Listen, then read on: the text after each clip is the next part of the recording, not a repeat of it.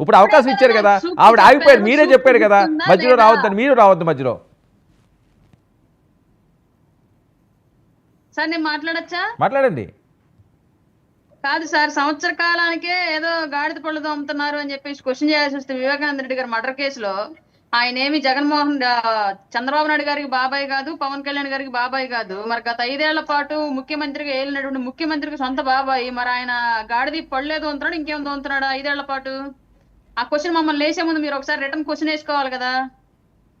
ఎందుకని మీరు మీ ఇంట్లో వ్యక్తికి సంబంధించి జరిగినటువంటి మర్డర్నే న్యాయం చేసుకోలేకపోయారంటే దాని ఉద్దేశం ఏంటి? సభ్య సమాజం అడిగే ఈ ప్రశ్నకు మీరు ఏం సమాధానం చెప్తారు? మీ ఇంట్లో వాళ్ళకి మీరు న్యాయం చేయలేను, సమాజంలో జరిగే నేర ప్రవృత్తిని ఎట్లా కంట్రోల్ చేస్తారని ప్రజలు క్వశ్చన్ చేశారు మిమ్మల్ని 5 ఏళ్ల పాటు. ఏం ఆన్సర్ చేస్తారు?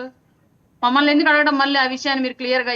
ఇప్పుడు జరిగేటువంటి నేరాలు ఏంటి, వాటిని ఎలా కట్టడి చేయాలి, భవిష్యత్తులో జరగకుండా ఎలా జరగాలని చెప్పేసి క్లియర్ గా మా ప్రభుత్వం దానికి సంబంధించిన చర్యలు చేపడుతుంది 100%. మీరు మీ టైంలో చేశారు, మరి దీన్ని మీరు రాజకీయానికి వాడుకున్నారు. నారాసుర రక్త చరిత్ర అని చెప్పేసి మీ పేపర్లలో మీ టీవీలో ప్రచారం చేసుకున్నారు. అయినా సరే మరి 5 ఏళ్ల పాటు ఆ నారాసురులు ఎవరో ఎందుకు కనిపెట్టలేకపోయారు మీరు?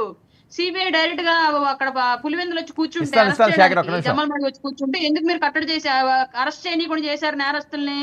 దాని వెనకాల ఉంది ఎవరు? నేర ప్రవృత్తి ఎవరు? పవన్ కళ్యాణ్ గారు, లోకేష్ గారు వచ్చిన తర్వాత నేర ప్రవృత్తి ఎట్లా పెరిగింది? నేర ప్రవృత్తి పెరిగింది ఎవరి టైంలో పెరిగింది? ఎవరు మీ ఇళ్లలో మర్డర్లు చేశారు? ఎవరు మీ మీద కోడి కత్తులతో దాడులు చేయించారు? వీటన్నింటికి సమాధానం ఏం చెప్తారు?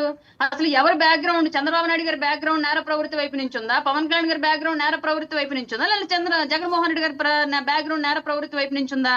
ఇవాళ కూడా మా కార్యకర్తలు ఎవరు కత్తులు గొడ్డలో పట్టుకుని వేరే వ్యవహారం చేయట్లా పార్టీ కార్యక్రమాలు ఎక్కడా కూడా. మరి వైసీపీ కార్యకర్తలు ఎందుకు గొడ్డలో ఒక చేత్తో కత్తులు ఒక చేత్తో పట్టుకుని వేరంగం వేస్తున్నారు వీధుల్లో? అది ఏ విధమైనటువంటి మోటివేషన్ పొలిటికల్ గా మీ పార్టీ సైడ్ నుంచి? దాన్ని మొన్న మీ నాయకుడు ప్రెస్ మీట్ పెట్టి సమర్థించడం ఏంటి? రప్ప నడుగుతా అన్నాడు, తప్పేంటి అన్నాడు. అంటే నరగడం కరెక్టే మీ పార్టీకి, మీ నాయకుడికి, మీకు మొత్తానికి. మరి ఎవరు నేర ప్రవృత్తి రాజకీయాలకు తీసుకొచ్చారు? మా పవన్ కళ్యాణ్ గారు మాకేం నేర్పించారు? ఎక్కడ సమస్య అంటే చందాలేసి వాళ్ళకి తీసుకెళ్లి డబ్బులు ఇచ్చి వాళ్ళకి సహాయం చేయడం నేర్పించాడు. వాళ్ళు చాలా మంది యువత పవన్ కళ్యాణ్ గారిని చూస్తే సమాజంలో చాలా విషయాల్లో సొసైటీలో డొనేషన్స్ అనేవి స్టార్ట్ చేశారు క్లియర్ గా. ఏదైనా ఆపద అంటే పరిగెత్తుకుంటే డబ్బులు ఇచ్చేస్తారు మా వాళ్ళు. మరి మీ నాయకుడు ఎంతమందికి ఇచ్చాడు? ఎప్పుడు బుడమేరు వరదల్లో ₹1,00,00,000 అన్నాడు, ఎప్పటివరకు ఇచ్చాడు ఎక్కడన్నా? అసలు జగన్మోహన్ రెడ్డి గారు రాజకీయాలు అతని ఫైనాన్షియల్ కంట్రిబ్యూషన్ ఎంత? ఆయన రాష్ట్రంలో రాజకీయాలకు వచ్చిన తర్వాత పోనీ వాళ్ళ నాన్నగారు చనిపోయారని చెప్పేసి వీధి తిరిగాడు, ముద్దులు పెట్టుకుంటూ తిరిగాడు. ఏ కుటుంబానికి వెళ్ళి ఆర్థికంగా ఆదుకున్నాడు ఒకసారి ఎప్పుడు గుర్తుందా మీకు? నిన్న సింగయ్య గారికి ఒక్కరికే నాకు తెలిసి జగన్మోహన్ రెడ్డి గారు రాజకీయ చరిత్రలో ₹10 లక్షల డబ్బులు ఇచ్చాడు సహాయంగా. అంతకు ముందు గానీ ఆ తర్వాత గానీ గతంలో ప్రతిపక్ష నేతగా ఉన్నప్పుడు కానీ అధికార పక్ష నేతగా ఉన్నప్పుడు ఎప్పుడైనా జేబులోంచి చిల్లిగా తీసేయడం మీరు చూసారా? మీరు పవన్ కళ్యాణ్ గారిని మాట్లాడడం, మీరు లోకేష్ గారిని మాట్లాడడం. లోకేష్ గారు వాళ్ళు అధికారులు లేకపోయినప్పటికీ కూడా వాళ్ళ కార్యకర్తల పిల్లల్ని ఎంతమందిని చదివించారు తెలుసా? విదేశాలు కూడా వాళ్ళ సొంత పార్టీ ఫండ్ పెట్టి డబ్బులు పెట్టి చదివించారు విదేశాలు లోకేష్ గారు సొంతంగా. ఈ విషయం డీటెయిల్స్ మా దగ్గర ఉన్నాయి. ఎందుకు మరి మీ నాయకుడు వాళ్ళతో కంపేర్ చేసి మాట్లాడుకుంటున్నారు?